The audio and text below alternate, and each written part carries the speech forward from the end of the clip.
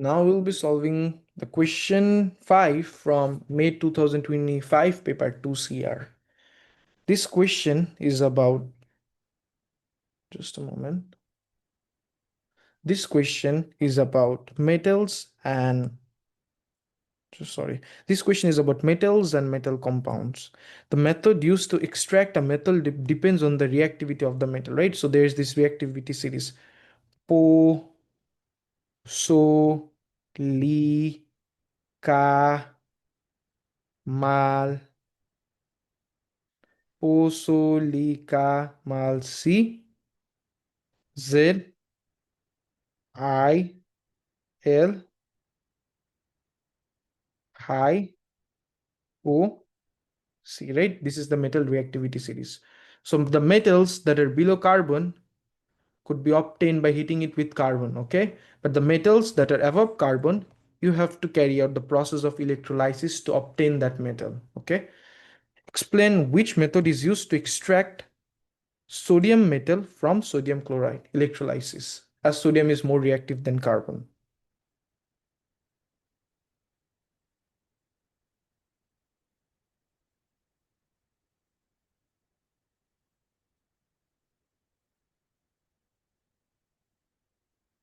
Electrolysis is used to obtain sodium metal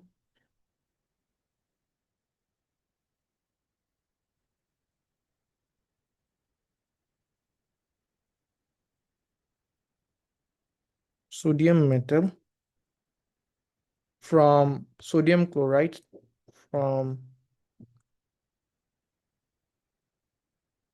sodium chloride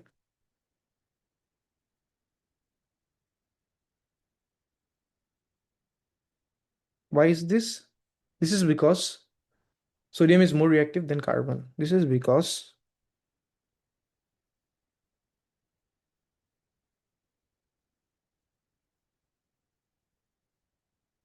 sodium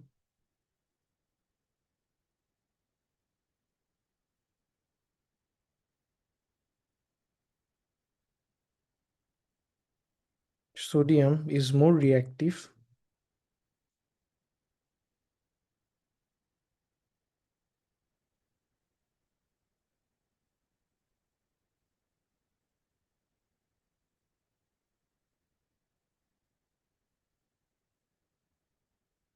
than carbon. Okay, so yeah, moving on.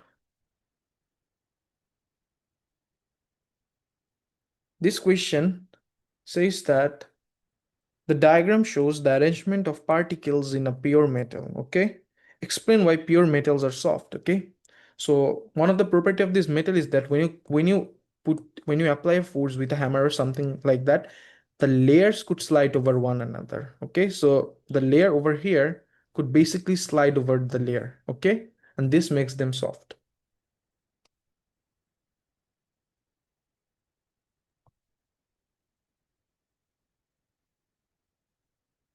Layers of metal ions can slide over one another.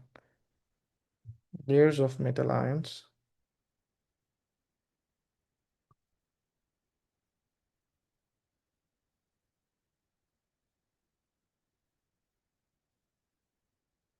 layers of metal ions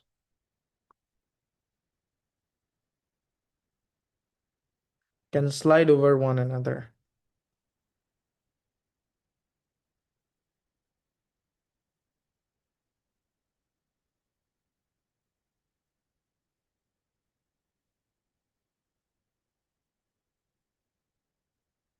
Layers of metal ion can slide over one another. So this brings us to the end of this part. Let's just take a look at C.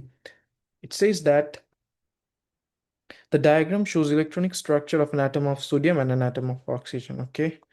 Describe in terms of electron what happens when sodium reacts with oxygen. Okay. So the electrons over here goes to the electron over there, right? The electron from this shell goes to this shell, right? Because in the outer shell there are 1 2 3 4 5 6, right? 6 electrons, so it basically needs 2 more electron, right, to become octet, right? So an electron goes from here right? And there should be another sodium, so the same thing would happen. So suppose there is this another sodium in the shell, so another electron would go from here, and this basically would lead to the formation of an ionic bond, Na2O. This is the compound, sodium oxide. Okay, so yeah, you say that sodium loses electrons.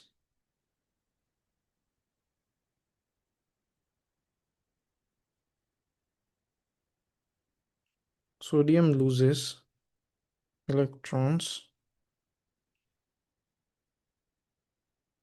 and oxygen gains them.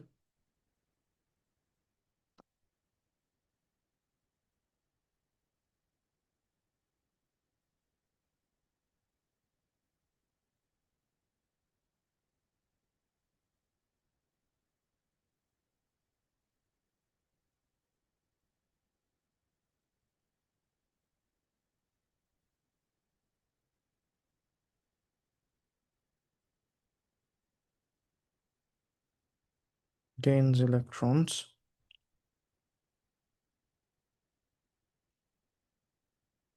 Right now, two atoms of sodium lose one electron each, and oxygen gains the two electron, and this leads to the formation of a ionic compound Na2O. Okay, so two atoms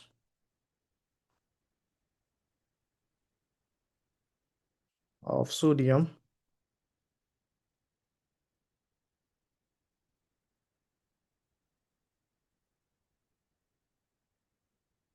loses one electron each,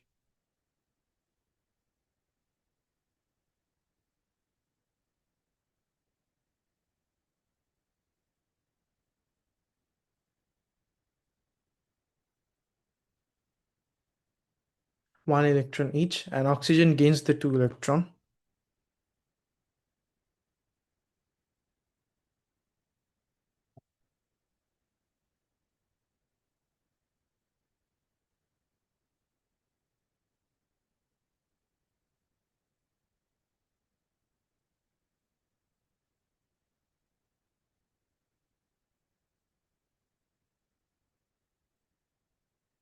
And oxygen gains the two electrons. Hence, the ionic compound Na2O is formed. Hence,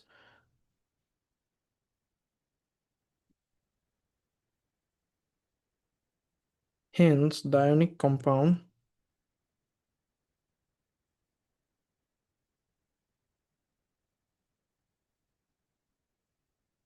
Na2O is formed. Na2O is formed. Is formed.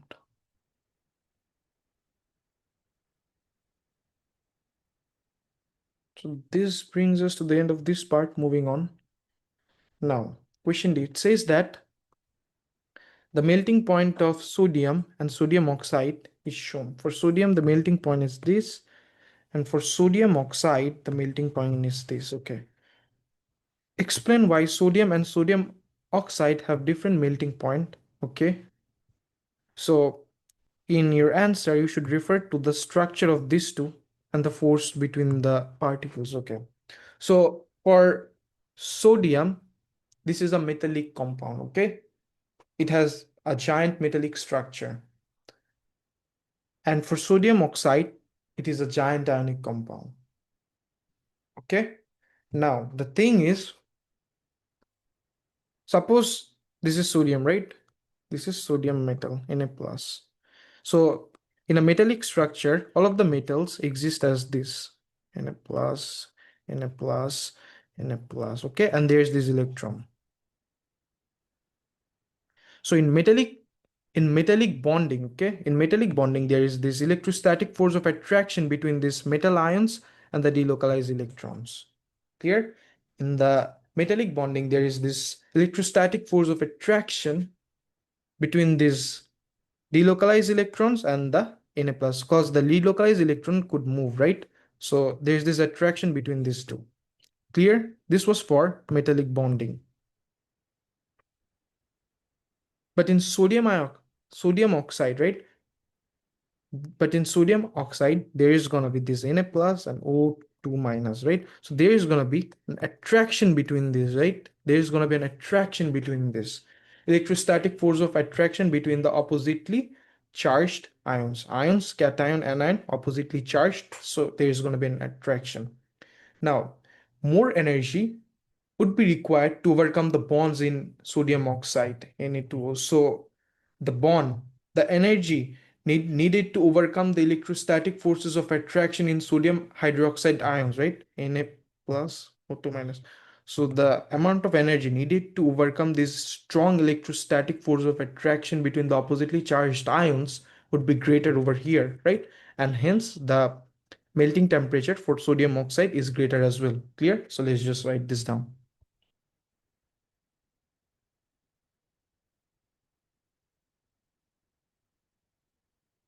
Sodium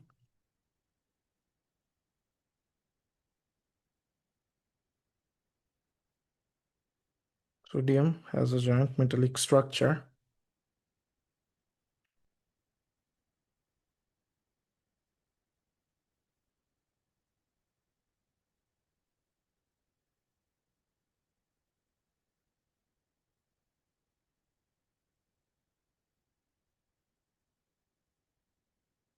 with strong electrostatic force of attraction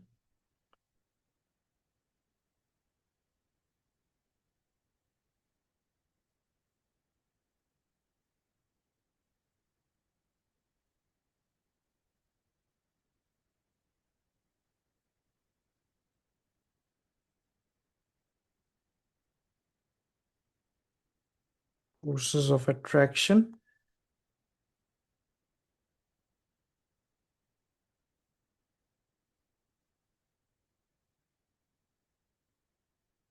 between the metal ion and the delocalized electron. Between the metal ion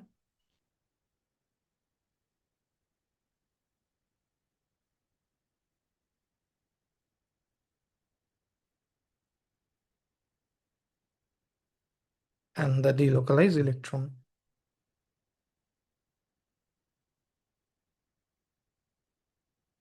And the delocalized electrons.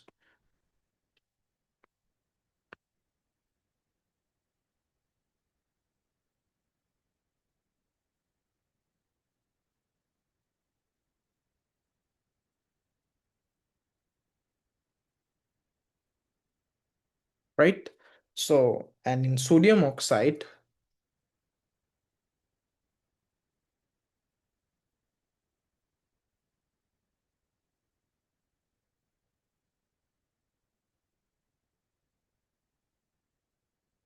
in sodium oxide, so let's just say sodium oxide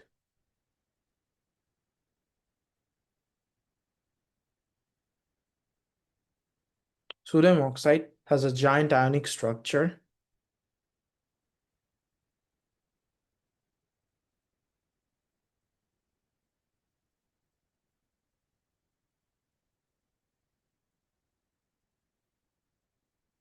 has a giant ionic structure with strong electrostatic force of attraction between the oppositely charged ions, with strong electrostatic forces of attraction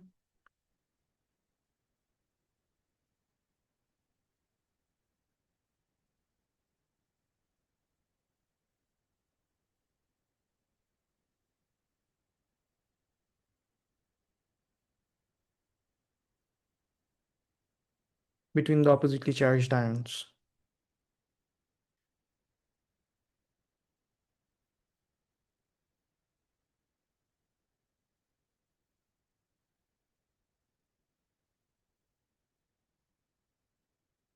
Oppositely charged ions.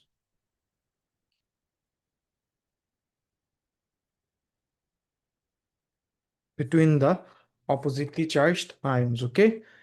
Hence, or you could say, let's just make it comparative. More energy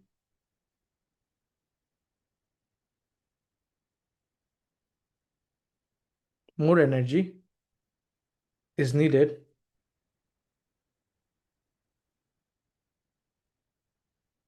is needed more energy is needed to overcome more energy is needed to overcome the bonds. More energy is needed to overcome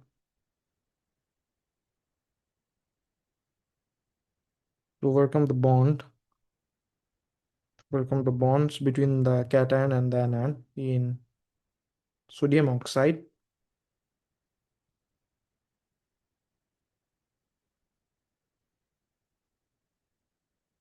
In sodium oxide, then sodium.